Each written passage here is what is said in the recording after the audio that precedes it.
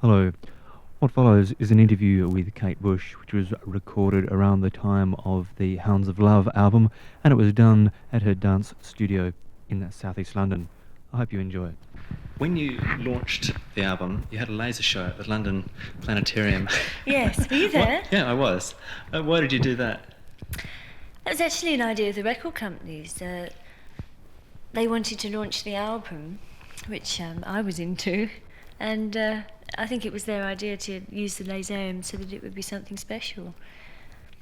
I thought what the guy did was incredibly impressive. I actually didn't realise that lasers could do quite so many different things. So you were in agreement with it?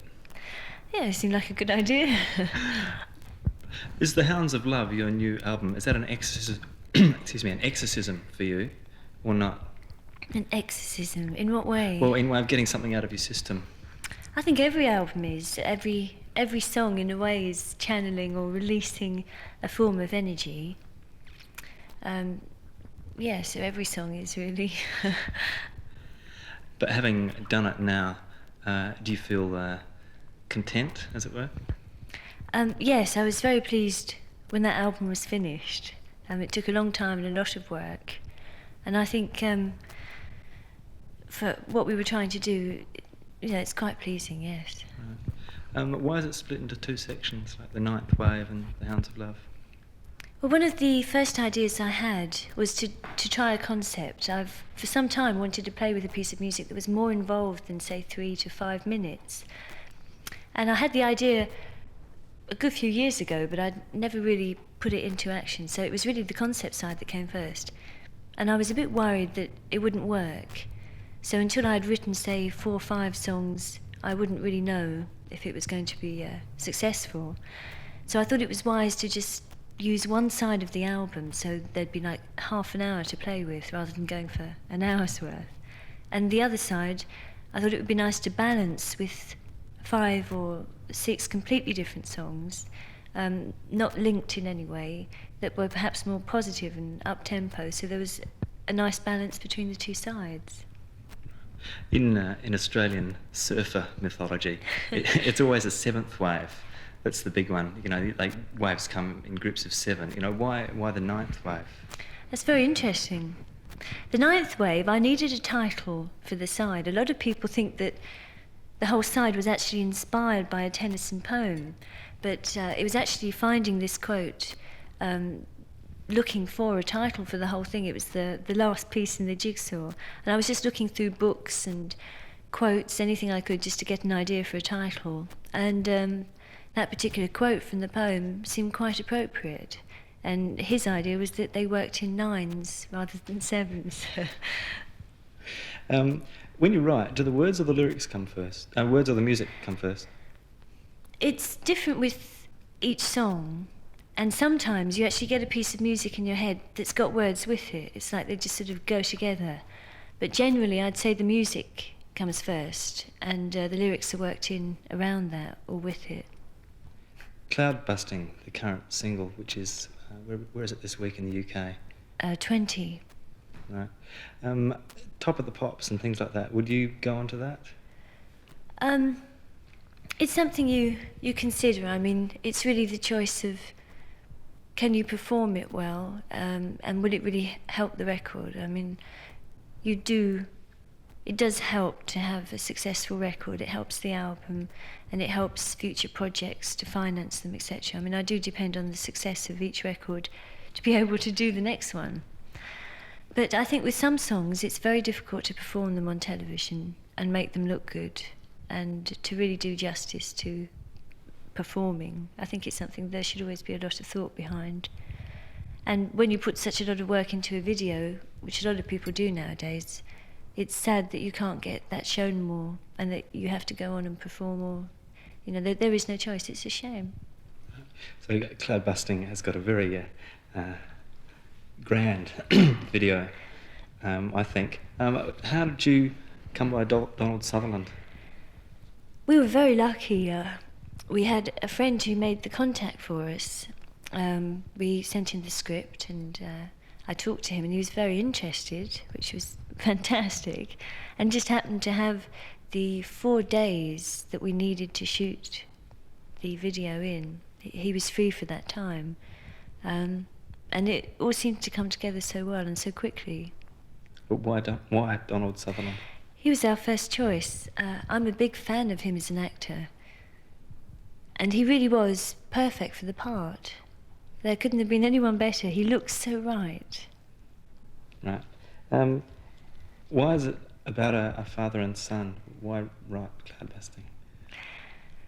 I found a book nearly 10 years ago now on a shelf. I didn't know anything about the writer. I just pulled it off the shelf. It looked interesting.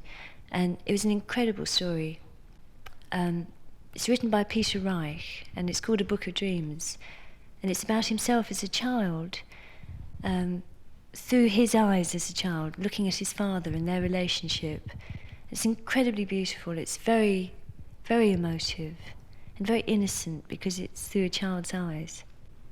And his father was a very respected psychoanalyst.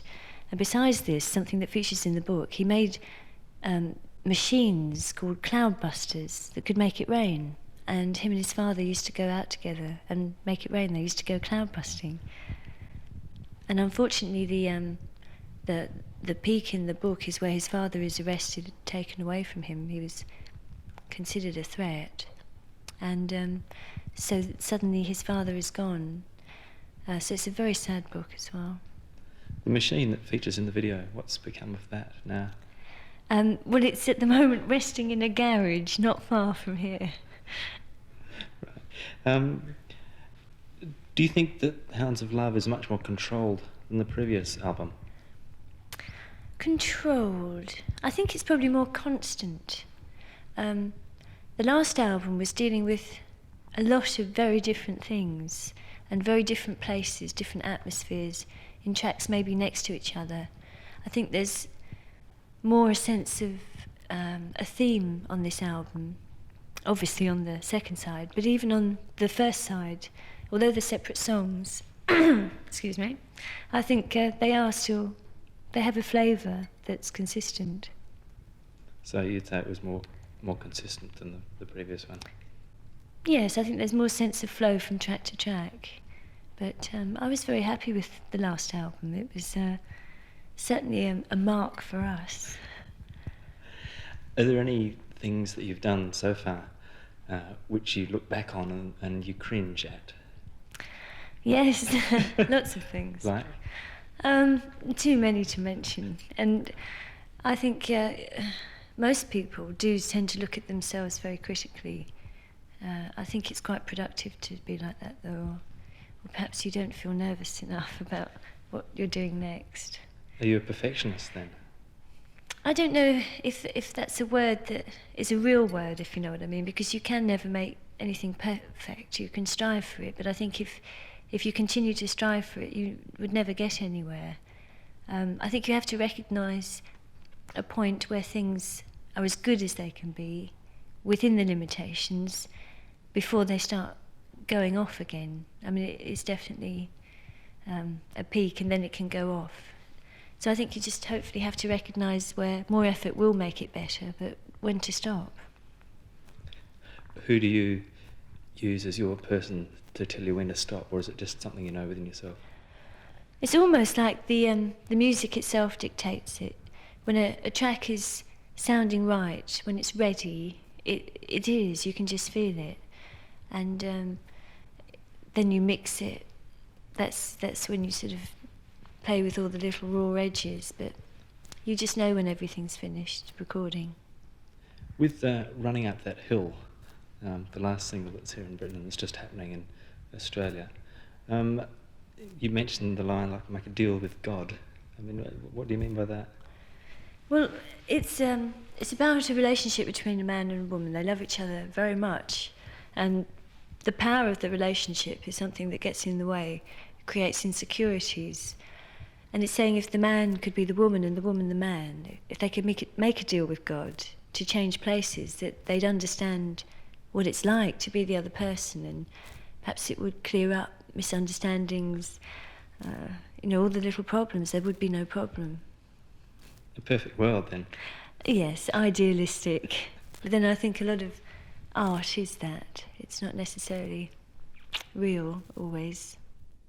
How do you feel about being, shall we say, marketed, like in the pop music world, when, you know, it seems like you obviously put a lot more care into things than your average 3-minute pop song person? I don't know if I feel like I'm marketed. I think you make an album and the outlets for it, there are no other outlets for it, really. I mean, a lot of things go into that chart that are very diverse. It's a very versatile chart, and more so than the name suggests, really. Right. With The Ninth Wave, it's all about a man drowning. Was that perhaps inspired by the aircraft that crashed into a frozen river in the States? There was quite a big news story about that a few years ago. Do you remember that? There was the case of the man, they called him the man in the water, who kept on going back and dragging people out from underneath the ice. No, I didn't hear about that. It sounds really interesting and horrific. No, I just thought that might But have a been... plane went under the ice? Yeah, no, a plane actually crashed and hit a bridge over the road, and all the people got spilled into the water. And there was one particular man that they had TV film of. He just kept on going backwards and forwards and dragging people out, and eventually he didn't come out. He was like what they called the man in the water. I just wondered if that was incredible. At all, you know, inspiring. No. You hadn't heard that at all before? Well, there goes that.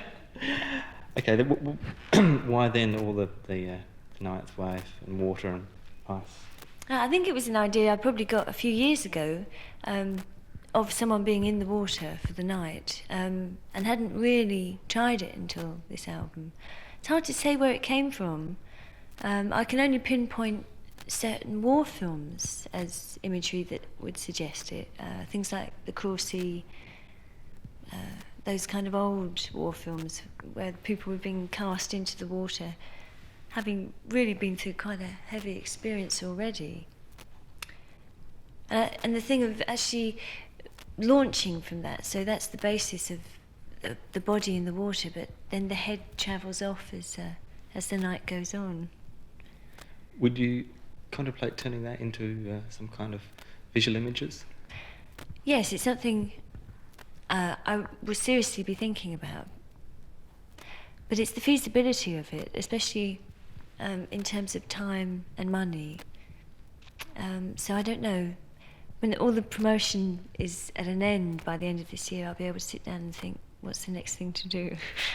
You don't think that making a visual image of it will perhaps spoil people's own idea of what they've got of it? Yes, I think it probably could. Have you got people in mind to do that? No, that's really why I need to have space to think about it. All this promotion has to be done. I have to have all the videos made before I can think about it. You need to really direct attention into something like that. There's lots of credits on the album to comic characters and people involved in comedy. Why them? Because in some way they've been involved or helped either with the album or something connected to it, and it was a way of saying thank you. Right. They didn't all come and give you hand claps and... No, I'm afraid not. I wish they had. You had success at an early age. Do you think you feel you've missed out on anything? No, I don't really. I'm glad that it happened so early, because it's enabled me to be able to do what I'm doing now. For instance, being able to build our own studio and having had that much more experience behind me because I started younger. No, I think I'm very lucky. Having built your own studio, are you like a gadget freak? Do you like all the latest toys, electronic toys, or not? Yes, I think everyone likes new toys, and it's really getting the time to look around and also the money, of course, is the big thing, to get new equipment. Other stands for comfort. Have you got a protective family? I think it's quite a natural instinct for families to be protective. Yeah, but what about you? I think they're of the norm. I think we're all protective of each other. Right. Was that song written for your mother? No, not at all. I mean, She's a wonderful mother, but the song's dealing with a different energy, really. I mean, it's about a mother and her strong maternal protective instincts, but it's dealing with a son who's committed a bad crime, and to her instincts overrule what's right or wrong. I think that's what's interesting, is how some mothers will actually overrule their sense of morality because they love their son or their child so much. Have you ever been in a similar kind of situation where reason goes out the window? No, certainly not on that level, but I have read reports, heard of things, through news, etc., in the past where that has happened. Do songs come easily to you or not? No, some do, but the majority is something I have to work for very hard. And it's extremely frustrating, but it's worth it to get something in the end. Something I got hooked on really quite young, just playing with the piano, and the whole excitement of actually creating something out of nothing. Reading the press that's come out recently, it's mentioned again that your love of people like Roxy Music and David Bowie. Are there any more contemporary people that you like? I don't listen to very much contemporary music at the moment, and I think my love of people like David Bowie and Brian Ferry, I was normally making the point at what a big influence those two have been, and were true originals, and there's so many people mimicking their style of voice, their style of song structures, etc., and I think they should be credited for their influences. I think Peter Gabriel's had a very big influence too on a lot of people. His third album was very influential, I think. He's got a new one coming out. Yes. Yeah. Have you heard any of it? No, I haven't. I've heard a couple of tracks. Very good. Great. Yeah, excellent. When you're not presenting a public eye, you like a very private person. I mean, nobody can seem to get through to you, as it were. Do you feel the need to have a certain amount of isolation? Yes. That's essential to your creative feelings? Yes, absolutely. They're two very separate things, two completely different energies, and I can only really concentrate if that's all I have to do. If there's other things to do besides make an album, they just become distractions. You talk about energies quite a lot. Do you subscribe to a particular theory or religion or anything like that? Subscribe to a monthly manual, yeah. You know what I mean? No, I don't really, but I do think certain things help. Like, I think trying to be positive about things is a very helpful thing. It can just stop you getting down, and to try and enjoy things if you can. But I don't have any kind of religious beliefs, really. Do you have a favourite song that you've recorded? It's very much a love-hate relationship, I think any author has with the thing. But there are ones that you're always quite glad you managed to achieve, especially when they were difficult. I was quite pleased with Houdini and Breathing and Running Up That Hill. Do you ever feel that you're going to run out of creative energy? I think if you feel that, you have to take a break, and I think quite often it's like a battery that needs charging up. As long as you keep the energy topped up, then you should be able to keep going. If somebody asked you to do a benefit concert, or if you'd been asked to do Live Aid, would you have done that? Yes, I would. I don't think there's anyone that would have said no unless they had a really important reason. But even though you hadn't actually performed live for a long, long time, you would have still done it? It's hard to say. I wasn't asked, but I would have said yes, I'm sure. Yeah. Okay, I think that's about it. One more thing. Do you follow world affairs with what's going on? I don't follow it very I can't think of a word. What's the word? Ooh. Oh. Avidly? Closely? Avidly is quite good. Yeah, I don't really have that much time. I watch the television, I catch the news, that's really all I get to see. I don't read newspapers. Watch current affair programmes.